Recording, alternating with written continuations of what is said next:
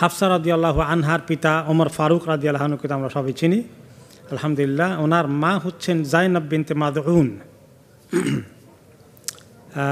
এবং ওনার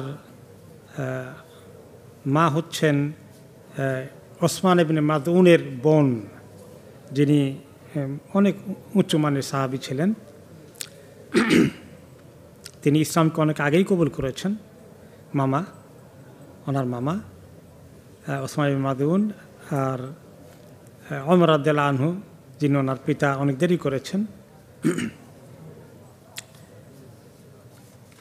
তো হাফসা রাদিয়াল্লাহু আনহার জন্ম হয়েছে নবী করিম সাল্লাল্লাহু আলাইহি ওয়াসাল্লামের নবুয়ত পাওয়ার 5 বছর আগে। অ্যাপ্রক্সিমেটলি নবুয়ত প্রাপ্তি হয়েছে ওনার 40 বছর বয়সে। তার 5 বছর আগে 35 বছর বয়সে হাফসা রাদিয়াল্লাহু আনহার জন্ম হয়। উনি প্রাপ্তবয়স্কে পৌঁছলে ওনার পিতা ওমর রাদিয়াল্লাহু আনহু ওনাকে শাদী দিয়েছিলেন, নেকা দিয়েছিলেন খনাইস ইবনে হুযাফা ইবনে কাইস আস-সাহামী রাদিয়াল্লাহু আনহুর কাছে, যিনি অনেক আর্লি স্টেজে ইসলাম কবুল করেছিলেন। মাক্কি জিন্দেগিতে ইসলাম কবুল করেন এবং তিনি হাবাসায় ইথিওপিয়া হিজরত করেছিলেন, এগুলো ওনার বিয়ের আগে।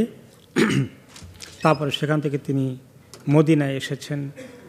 পরবর্তী পর্যায়ে তিনি বদরে অংশগ্রহণ করেন, হাফসার স্বামী ওহদেও অংশগ্রহণ করেন।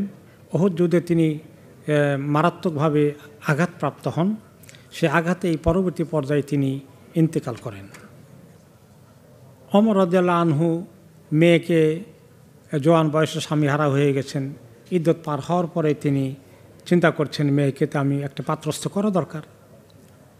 তিনি প্রথমে প্রস্তাব দিলেন আবু বকর রাদিয়াল্লাহু আনহুকে।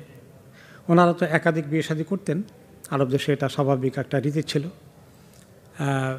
আবু বকর রাদিয়াল্লাহু আনহু এবং নিজের বন্ধু বান্ধবদেরকে, নিজেদেরকে যাদেরকে বেশি মহব্বত করেন তাদের সঙ্গে ওনারা নিজেরই প্রস্তাব দেন।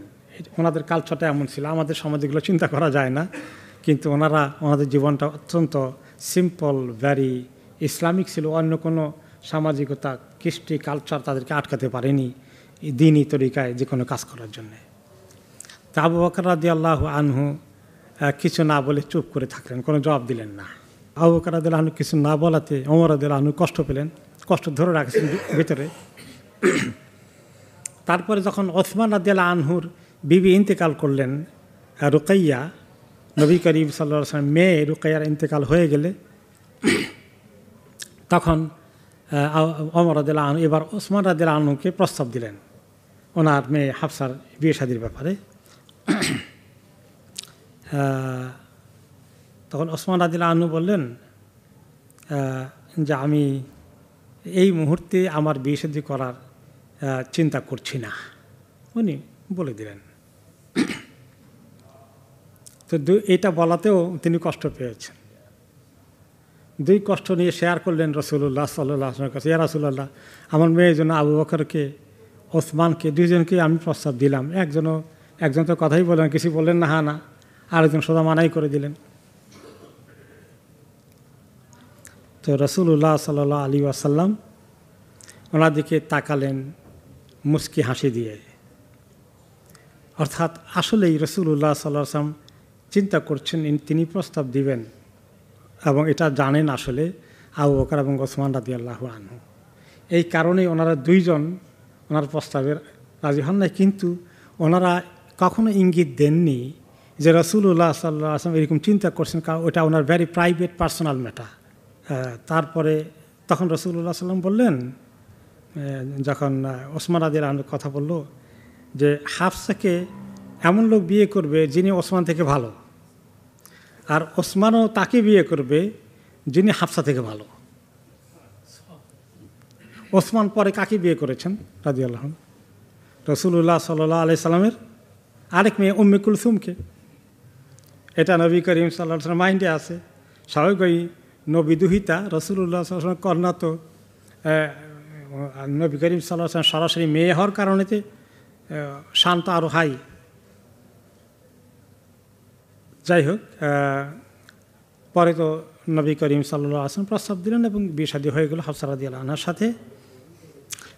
তখন বিয়ে শাদী হওয়ার পরে আবু বকর রাদিয়াল্লাহু তাআলা আনহু এবার ওমর রাদিয়াল্লাহু আনহুকে খোলাসা করছেন যে আপনি বোধহয় কষ্ট পেয়েছেন, তাই না? আসলে আমি নবী করিম সাল্লাল্লাহু আলাইহি ওয়াসাল্লাম এক প্রসঙ্গক্রমে আলোচনা করেছিলেন, বিষয়টা আমার সঙ্গে শেয়ার করেছেন। আমি জানি ওনার মাইন্ডে এটা আছে, কিন্তু আমি আপনাকে বলি নাই, উনি বলার আগে আমি এটা রাইট মনে করি নাই। আশা করি আপনার অন্তর থেকে কষ্ট দূর হয়ে গেছে। যাই হোক, নবী করিম সাল্লাল্লাহু আলাইহি ওয়াসাল্লামের সঙ্গে এই বিষয় দেওয়ার পরে তিনি এবার ওনার ঘরে আসলেন। তখন ওনার 3 বিবি হলো, সাউদা রাদিয়াল্লাহু আনহা, আয়েশা রাদিয়াল্লাহু আনহা এবং হাফসা রাদিয়াল্লাহু আনহা। আর ওনার এই শাদীটা হয়ে যায় হিজরি 3য় সনের শাবান মাসে।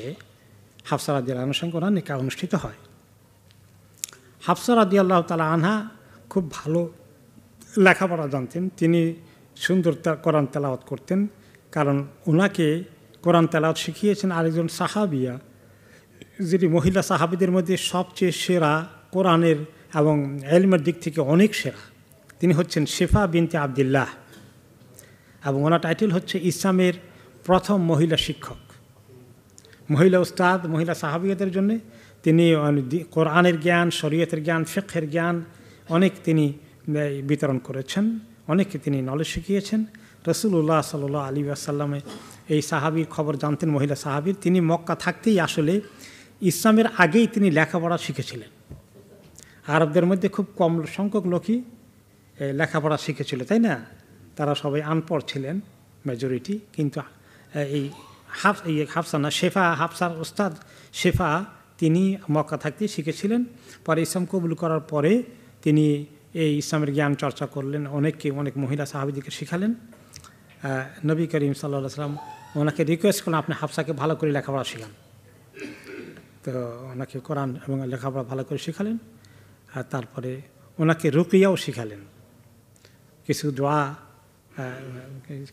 শেফার জন্য, এগুলো ওনাকে শিখাইতে বললেন। তিনি এগুলো ওনাকে শিখালেন, কারণ রাসূলুল্লাহ সাল্লাল্লাহু আলাইহি ওয়াসাল্লাম তো সময় কম।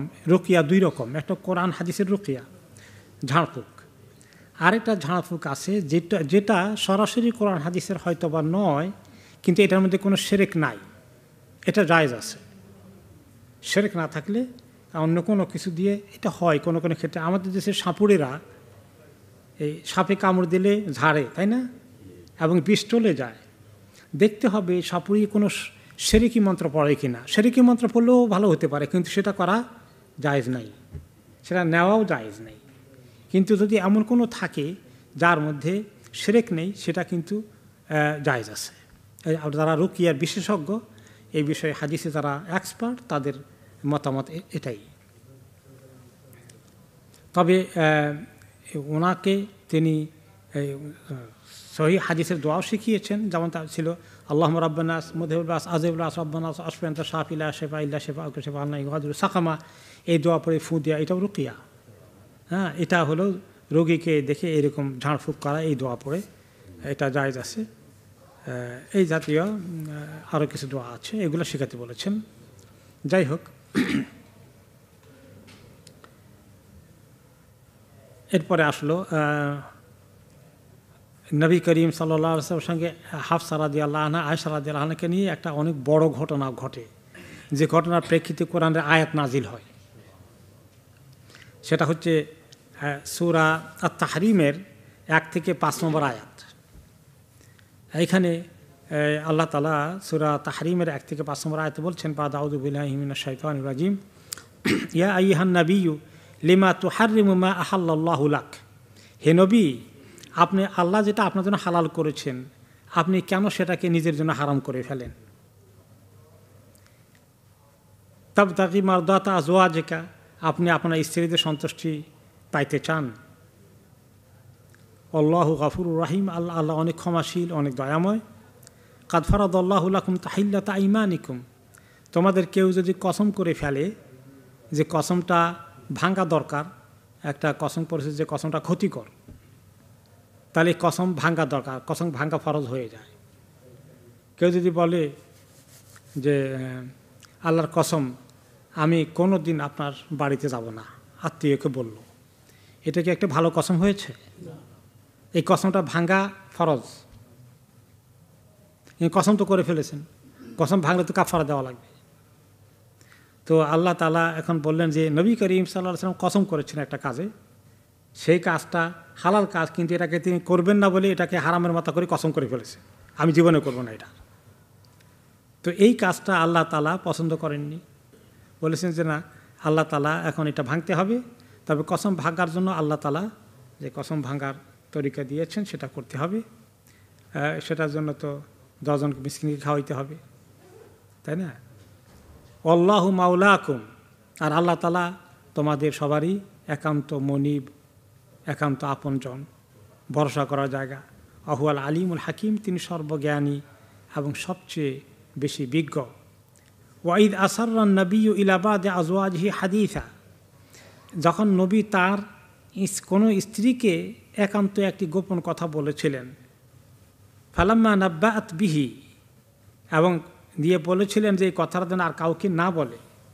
কাকে বলেছিলেন, কি বলেছিলেন, পরে আসতেছে তাফসিরে, আমি তরজমা পড়ে যাচ্ছি। নাব্বাআত বিহি, মহিলাকে বলে দেওয়ার পরও তিনি বলে দিলেন আরেকজনের কাছে।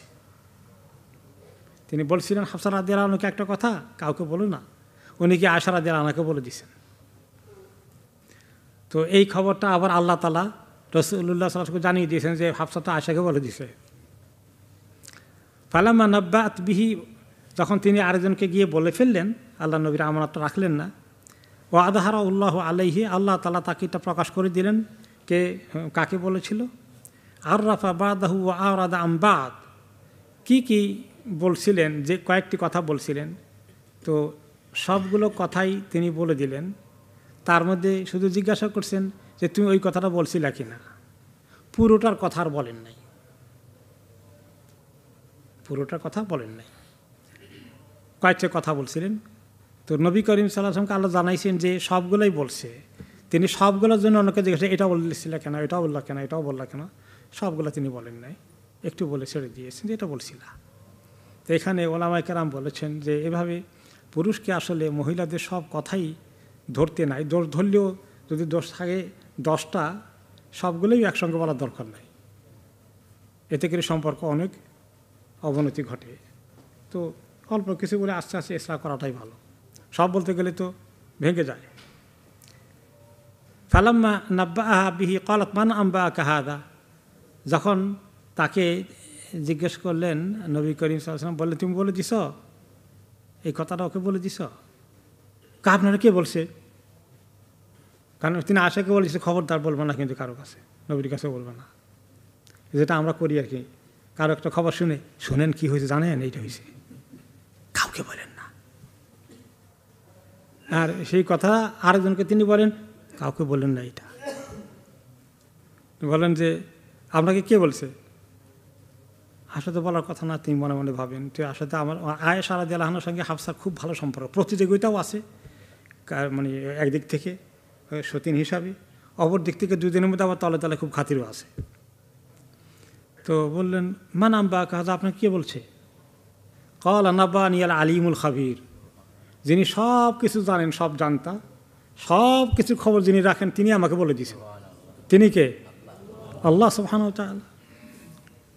তারপরে দুইজনকে তিনি আল্লাহ তাআলা নসিহত করতেছেন দোনো বিবিকে এই কোরআনের আয়াতের মধ্যে সূরা তাহরিমে, ইন তাতুবা ইলাল্লাহ, তোমরা যদি আল্লাহর কাছে তওবা করো দুইজনেই, আল্লাহ নবীর কথাটা রাখতে পারলা না এবং তোমরা এটা নিয়ে এভাবে বানালা রটালা, তো আল্লাহর কাছে তোমরা দুইজনেই তওবা করো। ফাকাদ সাকাত কুলুবুকুমা, তোমাদের অন্তরে কিছু বক্রতা হয়ে গেছিল, একটু তোমাদের দুর্বলতা এসে গেল, তওবা করে আল্লাহর কাছে তোমরা মাফ চাও। এটা ওয়াইন তাযাহারা আলাইহি ফাইন্নাল্লাহু ওয়া মাওলাহু ওয়া জিবরিল ওয়া সালিহুল মুমিনিন, আর যদি তোমরা এভাবে ওনার উপরে তোমরা চড়াও হয়, ওনাকে তোমরা এইভাবে কষ্ট দাও, তাহলে মনে রেখো আল্লাহ হচ্ছেন তাঁর একান্ত জন, আপন জন, জিবরাইলও তার আপন জন, আর নেককার মুমিনরা সব তার জন্য একান্ত ওনার শুভাকাঙ্ক্ষী, একান্ত ওনার জন্য দরদি। তোমরা যদি দুশমনি করো, কষ্ট দাও, দিতে পারো, কিন্তু ওনার দরদির কিন্তু অভাব নেই, মনে রেখো। ওয়াল মালাইকাতু বাদা যালিকা যাহির, আর ফেরেশতাগণ সব ওনার জন্য সাহায্য করতে এক পায়ে খাড়া।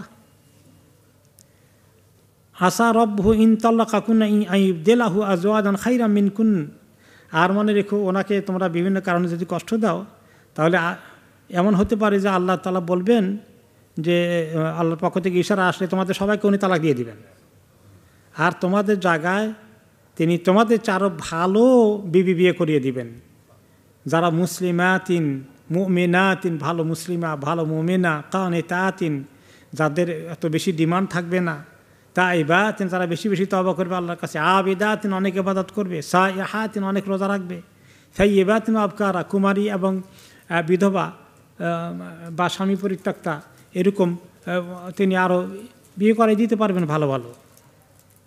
এটা আসছে, এই আয়াত নাজিল হয়েছে এই উপলক্ষে। আরেকটি শানে নজুলও আসছে যে ওনারা সবাই মিলে নবী করিম সাল্লাল্লাহু আলাইহি ওয়াসাল্লামের সঙ্গে দরবার করছিলেন যে আমাদেরকে খোরপোর যা দিন পোষায় না আমাদের বাড়াই দিতে হবে, মদের দাবি মানতে হবে।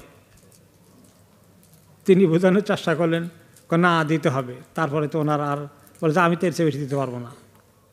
তো এটা নিয়ে দরবার হয়ে তিনি তাদেরকে বয়কট করেছিলেন। পরে আল্লাহ তাআলা আয়াত নাজিল করে ওনাদেরকে নসিহত করেন। যাই হোক, তো এই দুটি ঘটনা আসছে এই আয়াত নাজিল হওয়ার পিছনে। একটি ঘটনা তো হলো যে ওনারা বেশি খরপোর দাবি করেছেন, আরেকটি শানে নজুল আসছে যে নবী করিম সাল্লাল্লাহু আলাইহি সাল্লাম ওনার আরেক বিবি পরবর্তী পর্যায়ে বিয়ে করেছিলেন, ওনার কাহিনী পরে আসবে। তিনি হচ্ছে জায়নাব বিনতে জাহাশ রাদিয়াল্লাহু আনহা, যার বিয়ে আল্লাহ তাআলা আসমান থেকে করিয়ে দিয়েছেন।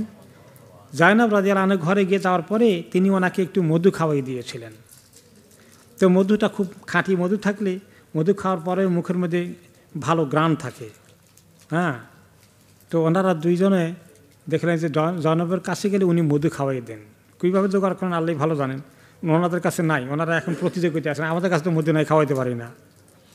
তো বললেন যে শোনো, জয়নবের কাছ থেকে যখন আসবে আমরা দুইজনেই ওনাকে কাছে, উনি তো প্রতিদিন আবার দেখা করে সবার সাথে, তো আমরা বলবো মধু খেয়ে আসলে বলবো যে আপনার মুখের থেকে এত দুর্গন্ধ কেন আসে। আচ্ছা, কে বললেন যে আপনি কি মাগাফির খেয়েছেন? মাগাফিরের গন্ধ আসতেছে আপনার কাছ থেকে। মাগাফির কি জিনিস? একটা জিনিস, তরুলতা জাতীয় জিনিস, হার্বাল জিনিস, বনাজি একটা জিনিস, যেটা মানে কিছুটা পচার মতো জিনিস। এটা খালি একটু মুখে একটু ঘ্রাণ আসে আর কি, একটু লিটল বিট দুর্গন্ধের মতো সৃষ্টি হয়ে যায়। ওনারা দুইজনে মিলে যে ওনার কাছ থেকে আসলে আমরা বলবো যে আপনি কি খাইছেন, মুখের থেকে এটা গন্ধ আসতেছে, মাগাফির খাইছেন নাকি? মাগাফির সাধারণত ভদ্রলোকেরা খায় না, এটা একটু পচা জাতীয় জিনিস, ফলটল পচে গেলে ওই জাতীয় একটা জিনিস আছে, সেটা খেয়ে আসছেন কিনা, আমরা আপনার কাছ থেকে এটা গন্ধ পাচ্ছি। তখন তিনি বলছেন না আমি তো মাগাফির খাইনি। উনি তো বুঝতেছেন না যে ওনারা একটা প্ল্যান করেছেন, কিন্তু আমি তো বরঞ্চ জয়নবের ঘরে মধু খেয়েছি, মাগাফির কথা পেলা, মাগাফির তো খাইনি। ঠিক আছে, বোঝা যায় যেহেতু মধুতে এত গন্ধ, আমি আর খাবো না এটা, আমি আর খাবো না এটা। তো আবার এটা যদি আবার বলে কথা আবার জয়নবের কানে যায়, উনি যদি বলেন যে উনি আর কোনোদিন খাবেন না, ওনার ঘরে এই মধু খাবেন না, তাহলে জয়নব কষ্ট পাবেন। তো বলছে থাক, এটা আবার কাউকে বলো না তোমরা। তার মানে তোমাদেরকে বলে দিলাম যে আমি আর এটা খাবো না তার ঘরে যখন এই জিনিসটা, তোমরা আর এটা কাউকে বলতে যাইও না। তো হাফসা রাদিয়াল্লাহু আনহা সবর করতে পারেন নাই, তিনি চট করে সুযোগ মতো আয়েশা রাদিয়াল্লাহু আনহার কানে ঢুকাই দিয়েছেন। ওকে, তারপরে আল্লাহ তাআলা আয়াত নাজিল করলেন যে আপনি হালাল জিনিস খেয়েছেন, এখন বলছে আর কোনোদিন খাবেন না, কসম করলেন। এটা তো হালালের তো মধু, হালাল জিনিস না খাওয়ার কসম করা তো ঠিক না, হালাল জিনিস না খাওয়ার কসম করা ঠিক না। তো আপনি এখন কাফারা আদায় করেন কসমের, তো উনি কাফারা আদায় করলেন।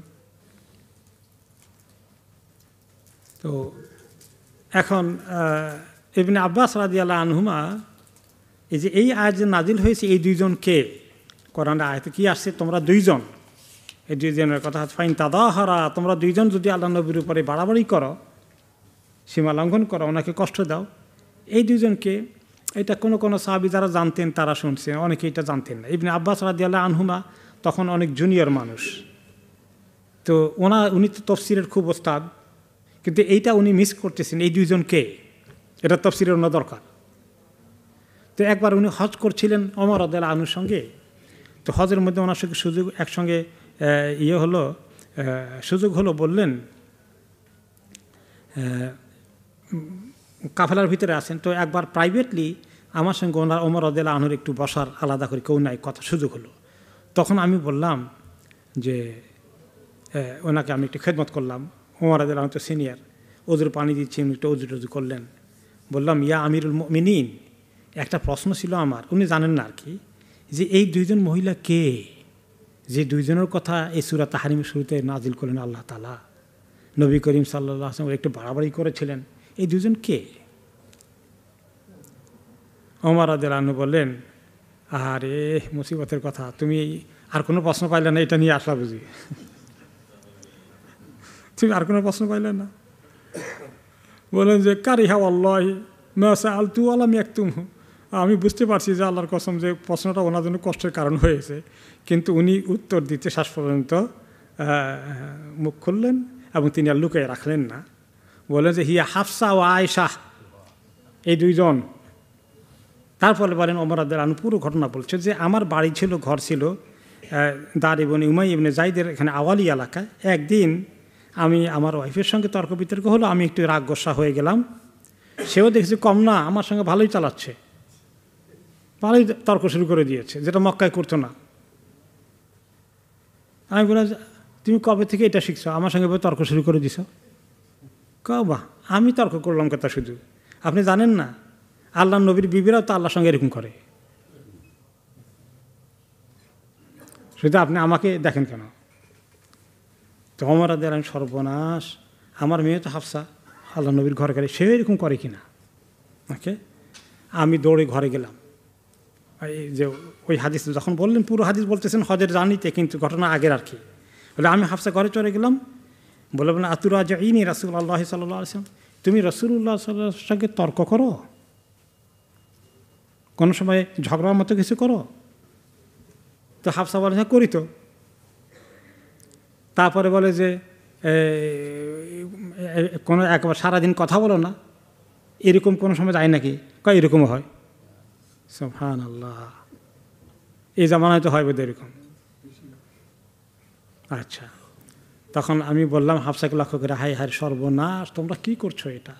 তোমরা তো দুনিয়া আখিরাতে ক্ষতিগ্রস্ত হয়ে যাবা। যে তোমরা জানো না, যদি আল্লাহ নবীকে কষ্ট দাও, আল্লাহ যদি এটাকে অপছন্দ করেন, তোমাদের কি অবস্থা হবে? খবরদার হাফসা, হালাক হয়ে যাওয়া আল্লাহ নবীকে এইভাবে তুমি কখনো তর্ক বিতর্ক করো না, অনেকে কষ্ট দিও না।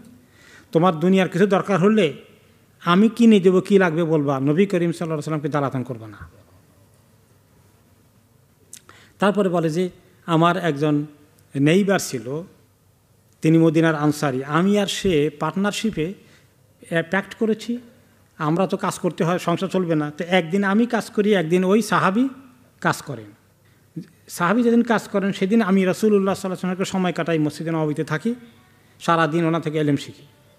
রাত্রে ওই সাহাবি এসে জিজ্ঞাসা করে আজকে কোন কোন হাদিস শিখলাম, আমি সব তাকে বলে দিই। আর আমি যেদিন কাজ করি সেই সাহাবি সেদিন ওনার থেকে কাজে যায় না, সব শিখে। এবং রাত্রেবেলা আমি কোন আয়াত সূরা নাযিল হয়েছে আজকে, কোন হাদিস আসছিল, আমি তার থেকে শিখি। ওনাদের ইসলাম শিক্ষার জ্ঞানের অবস্থা দেখছেন? কাজকর্মের জন্য আমাদের লোকেরা দিন ইসলাম শিখতে পারে না, কিন্তু সাহাবীরা কীভাবে শিখছেন? একদিন কাজ করেছেন, কোনো রকম সংসার চলে কিনা, পরের দিন করেন নাই, কারণ ইলম শিখতে হবে। যাই হোক, তারপরে বলেন যে তা আমার একদিন ওই নেইবার, যার সঙ্গে আমার পার্টনারশিপ ইলম শিখার, সে আসে নক করতেছে দরজা। বলে কী হলো, ঘটনা কি? কার এদিকে আসেন, এদিকে আসেন, বিরাট এক ঘটনা ঘটছে। কী ঘটনা? বলেন যে নবী করিম সাল্লাল্লাহু আলাইহি ওয়াসাল্লাম সব বিবিদিকে তালাক দিয়ে ফেলছেন। আসলে তালাক দেন নাই, বয়কট করেছেন। বলে যে আমার মুখে দিয়ে আসলে হায় হায় হাফসা, সর্বনাশ, কি ঘটবে এখন হাফসার কপালে? আমি হাফসাকে কত সতর্ক করেছি, আমি জানি এরকম কিছু ঘটবে। এরপরে বলে যে আমি ফজরের ওয়াক্তে চলে গেলাম, নবী করিম সাল্লাল্লাহু আলাইহি ওয়াসাল্লামের ঘটনাটা কি, আগে গেলাম হাফসার ঘরে, গিয়ে দেখেছে হাফসা কাঁদতেছে। বললাম তোমাদেরকে তালাক দিয়ে ফেলছে রাসূলুল্লাহ সাল্লাল্লাহু আলাইহি ওয়াসাল্লাম? বলে যে জানি না, উনি তো আমাদের কারোর সঙ্গে এখন আর থাকেন না, ওই কোনার মধ্যে শেডের মতো যেটা আছে ওখানে থাকতেছেন। তা আমি ওখানে গেলাম ওনার সঙ্গে দেখা করতে, তো দরজা বন্ধ, সামনে খাদেম আছে, খাদেমকে বললাম যে বলো আল্লাহ নবীকে যে অমর আসছে, একটু পারমিশন দিলে কথা বলবো। তো গিয়ে ভিতর থেকে কৃতদাস এসে বললো, তো আমি বললাম কী বললেন উনি? আমি বলছি, উনি কিচ্ছু বলেন নাই। কী করবো আল্লাহ। আবার চলে আসলাম মসজিদের ভিতরে মিম্বারের পাশে, দেখি যে অনেক সাহাবিরা এই খবর রটে গেছে, তারা নবী করিম সাল্লাল্লাহু আলাইহি ওয়াসাল্লামের কষ্টে সাহাবিরা কান্নাকাটি করছেন। কারণ সামান্য কষ্ট সবার জন্য কষ্টের কারণ। তা আমি করছি কোনো আমাদের সঙ্গে বসলাম, কিন্তু পারি না, সহ্য করতে পারতেছি না। আবার গেলাম, ওনার খাদেমকে বললাম যে দেখো তো উনি আবার একটু অ্যালাউ করেন কিনা, আমার কথা বলো। সে বাইরে এসে বলে, আমি বললাম, উনি চুপ করে আছেন, কিচ্ছু বলেন নাই। আবার চলে আসলাম, এসে আমি আর সহ্য করতে পারতেছি না। আবার গেলাম 3 নম্বর, থার্ড টাইমে বললাম। তখন নবী করিম সাল্লাল্লাহু আলাইহি ওয়াসাল্লাম বললেন, পারমিশন দিলেন। তো খাদেম এসে বললেন যে জি আপনাকে এখন অ্যালাউ করছে। আমি ঢুকলাম, ঢুকার পরে দেখি যে তিনি একটা চাটাইয়ের মধ্যে, ফ্লোরের চাটাইয়ের মধ্যে, মাদুরের মধ্যে আপনি করে বসে আছেন, হেলান দিয়ে পিলারের সাথে, এবং হয়তো শোয়া ছিলেন। আমাকে দেখে উঠে বসলেন। তো পিঠের মধ্যে চাদর সরে গেল, দেখি যে ওই চাটাইয়ের যে ইয়েগুলো আছে না, বেতের মতন, এগুলোর দাগগুলো পিঠে পড়ে গেছে। তো আমি জিজ্ঞেস করলাম, ইয়া রাসূলুল্লাহ, আপনার বিবিদেরকে সবাইকে তালাক দিয়ে ফেলছেন? তিনি মাথা উঁচু করে বললেন, না, তালাক দেয়নি। তা আমি বললাম, আল্লাহু আকবার, যে খুশির খবর, তালাক তো দেন নাই। তারপরে তিনি বললেন যে ইয়া রাসূলুল্লাহ, কি বলবো আর দুঃখের কথা, আমরা কুরাইশ জাতির লোকজন মক্কা ছিলাম, আমাদের কথা মহিলারা কিভাবে শুনতো। আল্লাহ যেই মদিনায় আসলো, মদিনার লোকদেরকে আসি দেখলাম তারা বিবির কথা মতো চলে, বিবি তাদেরকে চালায়। এখন আমাদেরগুলো তাদের থেকে এই টেকনিক শিখে ফেলছে। আমি আমার এই ওয়াইফকে যখন একটু রাগ গোসা করে দিয়ে কথাবার্তা বললাম, দেখি যে বাবা সে তো পাল্টা বলে যাচ্ছে। তখন আমি বললাম যে তুমি আমার সঙ্গে এইভাবে জবাব দিচ্ছ, তর্ক করছো, এটা তুমি করো না কোনো সময়। বলছে আল্লাহর কসম, আমি আপনাকে করতে অসুবিধা দেখি, আল্লাহর নবীর বিবিগণ তো আল্লাহ নবীকে এইভাবে করে, আপনি আমার জন্য এত আশ্চর্য হয়ে গেলেন কেন? আল্লাহ নবীর বিবিগণ যদি নবীর সঙ্গে তর্ক করতে পারে, তো আমি কে, আপনি কে? তা আমি বললাম যে ইয়া রাসূলুল্লাহ, আমি তো আমার মেয়ে সবাইদেরকে বললাম যে এই তোমরা কেউ যেগুলো করে থাকো, তাহলে খবরদার, তোমরা কিন্তু হালাক হয়ে যাবো, আল্লাহ নবীকে কষ্ট দিও না, আমি বলে আসছি এগুলো ঘরের মধ্যে। তা আমার কথা শুনে রাসূলুল্লাহ সাল্লাল্লাহু আলাইহি ওয়াসাল্লাম মুচকি হেসে দিলেন। ফাতাবাসসামা রাসূলুল্লাহ সাল্লাল্লাহু আলাইহি ওয়াসাল্লাম। ওই যে মক্কার লোকেরা এগুলো করতে না, মদিনার লোকেরা এগুলো করে, তাদেরকে শিখে তারাও আমাদের সঙ্গে করে, এই কথা শুনিয়ে তিনি হাসি ধরে রাখতে পারেন নাই। ওকে, ইয়া রাসূলুল্লাহ, আমি বলছি, হাফসাকে আরও বলছি, ইয়া রাসূলুল্লাহ জানেন আমার মেয়েকে কি বলছি, খবরদার, তোমার যদি অন্য সতীনরা থাকে, ওকে, তুমি এই সতীনদের সঙ্গে বেশি তুমি কম্পিটিশন দেখাইও না। আর খাস করে বলছে, আরেক হাদিসে আসছে, শোনো, উনি একদম নাম ধরে বলছেন, তুমি জয়নবের মতো সুন্দরীও না, আর আয়েশার মতো বুদ্ধিমতীও না, বেশি কম্পিটিশন করতে চাইও না, আমি বলে আসছি ইয়া রাসূলুল্লাহ। এটা শোনার পরে তিনি আবার মুচকি হাসি দিলেন। রাসূলুল্লাহ সাল্লাল্লাহু আলাইহি ওয়াসাল্লাম এতক্ষণ কষ্টে আছে, 2 বার হাসলেন এখন। এরপরে বলে যে ইয়া রাসূলুল্লাহ, আপনি পারমিশন দিলে আমি কিছুক্ষণ বসি আপনার পাশে? ঠিক আছে বসে। তো বসলাম, কিছু ওনার সঙ্গে কথা থেকে স্বাভাবিক করার চেষ্টা করছি। ঘরের মধ্যে দেখলাম যে আপনার যে এখানে আসেন একেবারে কিচ্ছু নাই, কোনো আসবাবপত্র কিচ্ছু নাই, রোমান বাদশারা কত, শামসা কত আছে, আমরা কিছু আপনাদের কিনে টেনে সোফা টোফার একটু ব্যবস্থা করে দিই না, চোখে টেকে সুন্দর করে। তখন তিনি বললেন যে ইয়া ইবনুল খাত্তাব, উলাইকা কাউমুন উজ্জালাত লাহুম তাইয়্যিবাতুহুম ফিল হায়াতিদ দুনিয়া, যারা দুনিয়াদারি চায়, এই পারস্যের বাদশারা, রোমান বাদশারা, তারা দুনিয়া চেয়েছে, আমি তো দুনিয়া আল্লাহর কাছে চাইনি। যাই হোক, এরপরে আল্লাহ তাআলা পরবর্তী পর্যায়ে ওই আয়াতগুলো নাজিল করে দিলেন এবং নবী করিম সাল্লাল্লাহু আলাইহি ওয়াসাল্লামের বিবিদেরকে আল্লাহ তাআলা সতর্ক করলেন।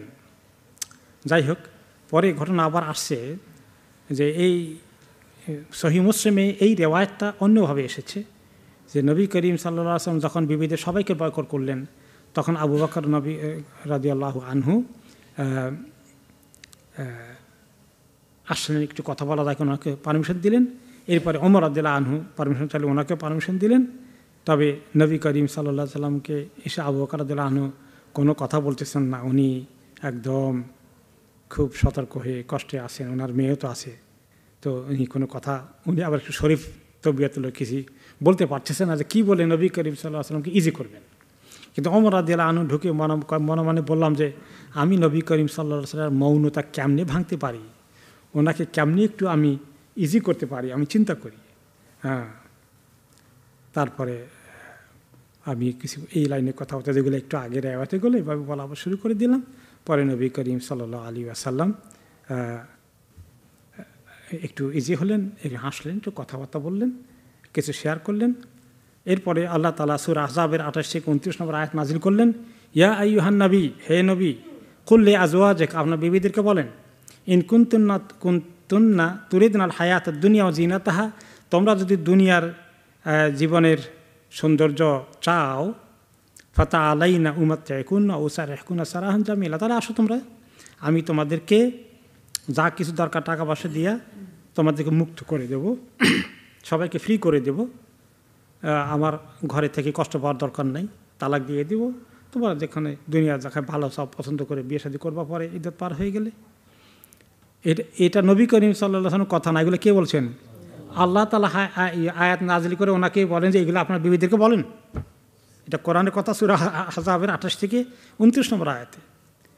আর যদি এইটা না চাও, ওয়াইন কুনতুন্না তুরিদনা আল্লাহ ওয়া রাসূলাহ ওয়া দারাল আখিরা, তোমরা যে আল্লাহকে, আল্লাহ সন্তুষ্টি চাও, আল্লাহ নবীকে খুশি করতে চাও, আর আখিরাতে তোমরা নাজাত পেতে চাও, জান্নাত পেতে চাও, তাহলে সবর করো, তিনি যতটুকুন দেন খোরপোশ, এর চেয়ে বেশি ডিমান্ড করো না। ফাইন্নাল্লাহ আ'আদ্দা লিল মুহসিনাতি মিনকুন্না আজরান আযীমা, তাহলে আল্লাহ তাআলা তোমাদের মধ্যে যারা নেককার হবে তাদের জন্য আল্লাহ তাআলা অনেক বড় পুরস্কার রেডি করে রাখবেন।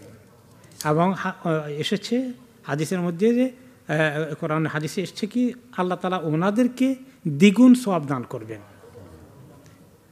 যে কোনো মুসলিম মহিলা নামাজ পড়লে, পর্দা করলে, রোজা রাখলে যে সওয়াব পাবে, ওনার নবীর বিবিগণ ডবল পাবেন। আবার ওনারা যদি কোনো গুনাহ করেন, গুনাহও ডবল হবে। ওকে, এখন আসলো নবী করিম সাল্লাল্লাহু আলাইহি সাল্লাম ওই ঘটনা উপলক্ষে আরেকটি রেওয়ায়েত আসছে, কোনো রেওয়ায়েত আসছে তিনি হাফসাকে 1 তালাক দিয়েছেন, যেখানে উইথড্র করার সম্ভাবনা আছে। কোনো রেওয়ায়েত আছে না তালাক দেন নাই, তালাক দেওয়ার জন্য মন মানসিকতা ঠিক করেছেন। তো ওই ঘটনায় ওমর রাদিয়াল্লাহু আনহু জিজ্ঞেস করলেন, যে ঘরে আসলেন যখন হাফসা কাঁদছেন, জিজ্ঞেস করলেন, মা ইউবকিকা, তুমি কাঁদো কেন? লা আল্লাহ রাসূলুল্লাহ সাল্লাল্লাহু আলাইহি সাল্লাম কাদ তাল্লাকা কি, তিনি কি তোমাকে তালাক দিয়ে ফেলেছেন? ইনকানা তাল্লাকা কি লা উকাল্লিমুকি আবাদান, তিনি যদি তোমাকে তালাক দিয়ে ফেলে তাহলে আমি তোমার সঙ্গে জীবনে কথাই বলবো না, তুমি যদি এই কাজ করে থাকো, এত বড় অপরাধ করে থাকো যে তোমাকে তালাক দিয়েছেন তিনি। তো এখন এই তালাক দিয়েছেন না দেন নাই, এটা নিয়ে রেওয়ায়েতের মধ্যে ইখতিলাফ এসেছে। তালাক দেন নাই, মনস্থ করেছেন, এইটার সহিহ দিক থেকে এইটা মজবুত। তালাক দিয়েছিলেন 1 তালাক, রুজুয়াত করার জন্য অর্ডার আসছে, এটা দুর্বল, রেওয়ায়েতের দিক থেকে দুর্বল। সহিহ বা হাসান রেওয়ায়েতে আসছে, বাজ্জারে, তবরানীতে, এই দুটো রেওয়ায়েতে হাসান রেওয়ায়েত পাওয়া গেছে যে আরাদা রাসূলুল্লাহ সাল্লাল্লাহু আলাইহি সাল্লাম আন ইউতাল্লিকা হাফসা, নবী করিম সাল্লাল্লাহু আলাইহি সাল্লাম হাফসা রাদিয়াল্লাহু আনহাকে তালাক দিতে মনস্থ করেছেন, সিদ্ধান্ত নিয়েছেন মনে মনে, এখনও দেন নাই, দেবেন এরকম মনস্থ করেছেন। ফাজা জিবরিল আলাইহিস সালাম আসলেন ওনার কাছে, ফাকাল লা তুতাল্লিকহা ফাইন্নাহা সাওয়ামাতুন কাওয়ামা, ইয়া রাসূলুল্লাহ, উনি এত নেককার, এত পরহেজগার, এত নফল রোজা রাখেন, হ্যাঁ, এত নফল নামাজ পড়েন, আপনি ওনাকে তালাক দিয়েন না। ওয়া আন্নাহা যাওজাতুকা ফিল জান্নাহ, তিনি জান্নাতে আপনার বিবি হবেন। এই রেওয়ায়েতটা হাসান, বাজ্জার, তবরানীতে এসেছে। তো এতে বোঝা গেল যে আসলে তিনি তালাক দেন নাই, বরঞ্চ তালাক দেওয়ার সিদ্ধান্ত নিয়েছিলেন। আল্লাহ তাআলা ওনাকে জিবরিল আলাইহিস সালামকে পাঠিয়ে দিয়ে, জিবরিল আলাইহিস সালাম নিজের ইচ্ছা আসেন না, আল্লাহ তাআলা পাঠান। হ্যাঁ, এটার প্রমাণ কি? যখন আরেকবার জিবরিল আলাইহিস সালাম রাসূলুল্লাহ সাল্লাল্লাহু আলাইহি ওয়াসাল্লাম বললেন, জিবরিল আলাইহিস সালাম আপনি মাঝে মধ্যে লম্বা গ্যাপ দিয়ে ফেলেন, আপনাকে মিস করি অনেক, একটু বেশি বেশি আসেন না কেন? মাঝে মধ্যে লম্বা গ্যাপ হয়ে যায়। কারণ ওনাকে দেখলে রাসূলুল্লাহ সাল্লাল্লাহু আলাইহি ওয়াসাল্লাম কেমন লাগে? সমস্ত ফেরেশতাদের যিনি শীর্ষে আছেন, ওনার সাহচর্য ওনার জন্য অনেক আনন্দের। তখন তিনি বললেন, এটা তো আমি নিজ ইচ্ছা আসি না, আল্লাহ যখন আমাকে পাঠান আমি তখন আসি, এটা তো আমার উপরে নির্ভর করে না ইয়া রাসূলুল্লাহ। তো রাসূলুল্লাহ সাল্লাল্লাহু আলাইহি ওয়াসাল্লামের কাছে জিবরিল আলাইহিস সালামকে কে পাঠালেন? আল্লাহ তাআলা পাঠালেন। কেন? যেন তিনি হাফসাকে তালাক না দেন, তিনি জান্নাতে ওনার বিবি হবেন। আর ওমর রাদিয়াল্লাহু আনহু জলিলুল কদর সাহাবী, আল্লাহর কত পছন্দের বান্দা রাদিয়াল্লাহু আনহু, উনি যদি কষ্ট পান যে ওনার বিবি, ওনার মেয়ে নবী করিম সাল্লাল্লাহু আলাইহি ওয়াসাল্লামের বিবি ছিলেন, আর এখন উনি তালাক দিয়ে ফেলেছেন, বেচারার কাছে কেমন লাগবে? আল্লাহ তাআলা ওমর রাদিয়াল্লাহু আনহুকে কষ্ট থেকে উদ্ধার করবেন, এই জন্য জিবরিল আলাইহিস সালামকে পাঠালেন। তাহলে এই ঘটনায় আমরা কি শিখলাম? যে নেককার মানুষের মধ্যেও স্বামী স্ত্রীর মধ্যে সমস্যা হতে পারে। নেককার সতীনদের মধ্যেও দুইজনই যদি নেককার হয়, তাদের মধ্যেও ঝগড়া বাসাদ লেগে যেতে পারে। স্বামী স্ত্রী দুইজনে যদি দিনদার হয়, তাদের মধ্যেও ঝগড়া বিভিন্ন ইস্যু নিয়ে তর্ক বিতর্ক হতে পারে। তাহলে বোঝা গেল যে তর্ক বিতর্ক করলেই যে খারাপ হয়ে গেল, ভালো মানুষ না। আমরা কি কাউকে ফেরেশতার মতো পেতে পারি?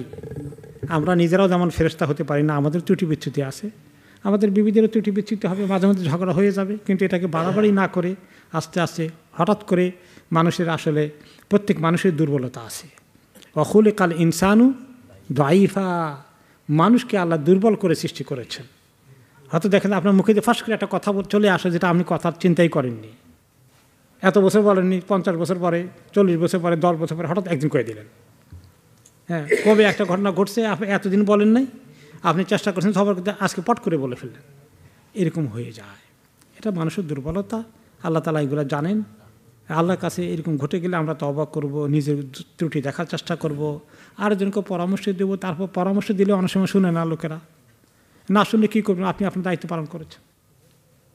লাস্টা আলাইহিম বিমুসাইতির, আপনি কাউকে জোর করে ইসলাহ করে ফেলবেন, হেদায়েত করে ফেলবেন, এটা সম্ভব না। তো এইভাবে করে এই পুরো ঘটনার মধ্যে, হাফসা রাদিয়াল্লাহু আনহার ঘটনার মধ্যে মুসলিম মানুষের জন্য, মুসলিম উম্মার জন্য বিশাল শিক্ষার ঘটনা। যে স্বামী স্ত্রীর এই কোনো বিভিন্ন কারণে হঠাৎ করে তালাকের দিকে চলে যাওয়ার কাজটা ঠিক না, এবং অ্যাডভাইস লাগে। নবী করিম সাল্লাল্লাহু আলাইহি ওয়াসাল্লামকে অ্যাডভাইস কে দিলেন? জিবরিল আলাইহিস সালাম অ্যাডভাইস দিলেন। ওনাকে ইজি করার চেষ্টা করলেন ওমর রাদিয়াল্লাহু আনহু। তাহলে মানুষও চেষ্টা করেছেন, ফেরেশতা দিয়েও আল্লাহ চেষ্টা করিয়েছেন। তাহলে এরকম কিছু ঘটে গেলে এগুলাকে কিভাবে আমরা উত্তরণ পেতে পারি, এবং আরও বেশি মারাত্মক হয়ে গেলে অন্যদের পরামর্শ নেওয়া দরকার, এবং অন্যরা হস্তক্ষেপ করা দরকার, যাতে করে বিয়ে শাদী সংসারে অশান্তি বেড়ে না যায়, ভেঙে না যায়, এগুলোর ব্যাপারে খেয়াল করা। এরপরে আমরা আসি হাফসা রাদিয়াল্লাহু আনহার জীবনের শেষ দিকে, যে তিনি আলহামদুলিল্লাহ অনেক আবেদা ছিলেন, অনেক আবেদা। সাওয়ামাতুন কাওয়ামা, কোনো কোনো রাতে আসে সাউমুন কাউমুন, যে খুব বেশি নফল নামাজ, খুব বেশি নফল রোজা, এত ইবাদত করতেন। এত ইবাদত করেনওয়ালা মহিলাও দেখেন সতীনদের সঙ্গে ওনার সম্পর্ক, নবী করিম সাল্লাল্লাহু আলাইহি ওয়াসাল্লামকে সঙ্গে ওনার একটু মাঝে মধ্যে এই অকওয়ার্ড সিচুয়েশন সৃষ্টি হওয়া। তাহলে এই মানুষ, খুব কম মানুষই এই লেভেল উত্তীর্ণ হতে পারে। এটা মানুষের নেচার, আল্লাহ পরীক্ষা করবেন। এই দুনিয়ার জীবনে পরীক্ষা থাকবেই। লিয়াবলুয়াকুম আইয়ুকুম আহসানু আমালা, তোমাদেরকে পরীক্ষা করবেন আল্লাহ তাআলা। কোনো সময় সুখ শান্তি দিয়ে, আনন্দ, ভালোবাসা, মায়া, মমতা, প্রেম। আবার কোনো সময় দেখা যাবে একটু ঝগড়া ফাসাদ, একটু তর্ক বিতর্ক হয়ে গেছে, তুমি তাকে বুঝাতে পারোনি, সে তোমাকে বুঝাতে পারেনি। এগুলাকে লাইফে নিতে হবে। আমরা এগুলাকে একদম ফেরেশতার মতো হতে পারবো না কখনো। আরেকজনকে ফেরেশতার মতো মনে করার কোনো সুযোগ নেই। আর যখন তর্ক লাগে, তো এখন দুইজনেই সমানে সমানে যদি তর্ক করে, কে থামবে? যিনি থামবেন, চিন্তা করবেন যে আমি আর বাড়াই না, তিনি লাভবান হবেন। আর যিনি থামবেন না, তিনি বলেই যাবেন, একটু রিগ্রেট করবেন না, তিনি ক্ষতিগ্রস্ত হবেন। আল্লাহ তাআলা আমাদেরকে বুঝার তৌফিক দান করুন। বারাকাল্লাহু ফিকুম। হাফসা রাদিয়াল্লাহু আনহা পরবর্তী পর্যায়ে নবী করিম সাল্লাল্লাহু আলাইহি ওয়াসাল্লামের ইন্তেকালের পরে তিনি আরও বেশি ইবাদতের দিকে ঝুঁকলেন এবং ওনার একটা অবদান হলো যে কোরআন শরীফের যে কপি যেটা আবু বকর রাদিয়াল্লাহু আনহু সময় জমানো হয়েছিল প্রথম, রাসূলুল্লাহ সাল্লাল্লাহু আলাইহি ওয়াসাল্লাম জমানায় কোরআন শরীফের পুরোটা ছাপানো হয়েছিল না, তখন ছাপাখানা ছিল না, পুরোটা লেখাও হয় নাই, সাহাবীদের দিলে আসে কিছু, এখানে এতটুকু লিখছেন ওখানে এতটুকু লিখছেন, সবগুলো মিলে জমায়েত করেছিলেন আবু বকর রাদিয়াল্লাহু আনহুর সময় ইয়ামামার যুদ্ধের 100 হাফেজ সাহাবী শহীদ হওয়ার পরে। তো ওই কপিটা ছিল আবু বকর রাদিয়াল্লাহু আনহুর কাছে, রেফারেন্স কপি। পরে এই কপি থাকে ওমর রাদিয়াল্লাহু আনহুর কাছে। ওনার ইন্তেকালের পরে কপিটা মা হাফসার হাতে যায়। ওসমান রাদিয়াল্লাহু আনহুর সময় যখন অনেক মুসলমানরা শহীদ হয়ে গেলেন বাইরে, তখন এবং মুসলমানদের ভিতরে তেলাওয়াত নিয়ে একটুখানি কেউ বলছে এটা এটা মানসুখ হয়ে গেছে, কেউ বলছেন মানসুখ হয়নি, রহিত হয়ে গেছে, রহিত হয়নি, এগুলো নিয়ে যখন একটু তর্ক বিতর্ক হলো, তখন ওনার কাছে খবর আসলো ওসমান রাদিয়াল্লাহু আনহুকে যে আপনি কোরআনের একটা কপি করে করে বিভিন্ন শহরে পাঠিয়ে দেন, তাহলে সাহাবীদের মধ্যে যেটা মানসুখ হয়ে গেছিলো তেলাওয়াতের মধ্যে, ওইটা তারা যদি এগুলো বুঝতে না পারে অসুবিধা, কপি দিয়ে দিলে এটা রেফারেন্স কপি হবে। ওসমান রাদিয়াল্লাহু আনহু কপি করার সিদ্ধান্ত নিলেন। এখন আসল কপি কই খুঁজতে খুঁজে পাওয়া গেল হাফসা রাদিয়াল্লাহু আনহার কাছে, উনি হেফাজতে রেখেছিলেন। ওখান থেকে নিয়ে তিনি 6টি কপি করেছিলেন এবং কপিগুলো পৃথিবীর বিভিন্ন দেশে তিনি পাঠিয়েছিলেন। সেখান থেকেই এবং এই জন্য রাসম ওসমানী বলা হয়। ওসমান রাদিয়াল্লাহু আনহুর সময় এগুলাকে যে কপি করে যেই তরিকায় লেখা হয়েছে, ওই তরিকায় কোরআন লেখার কাজ এখনও অব্যাহত আছে।